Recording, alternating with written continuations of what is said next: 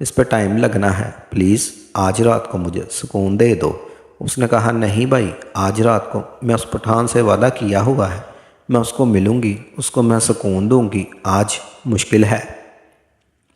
میں نے کہا کنزا کیا ہو گیا ہے تمہیں، یہ مجھ سے کیسی باتیں کر رہی ہو، میں تمہارا بڑا بھائی ہوں۔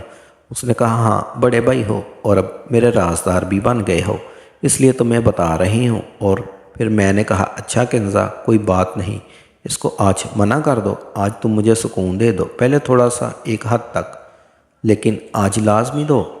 پھر میں کل تمہارے سامنے امی اور ابو سے بات کروں گا، لیکن طریقے سے ہم ڈائریکٹ یہ نہیں بولیں گے کہ فلاں لڑکا ہے، میں امی اور ابو کو بتاؤں گا اور ان کو بولوں گا کہ آپ میری بڑی بہن کی شادی کر دیں، اور پھر میں کسی چری طریقے سے چکر چلاؤں گا تاکہ تمہاری شادی اس پٹھان سے ہو جائے۔ میری بہن نے کہا ہاں یہ کام کر دو، پوری زندگی تمہیں سکون دیتی رہوں گی۔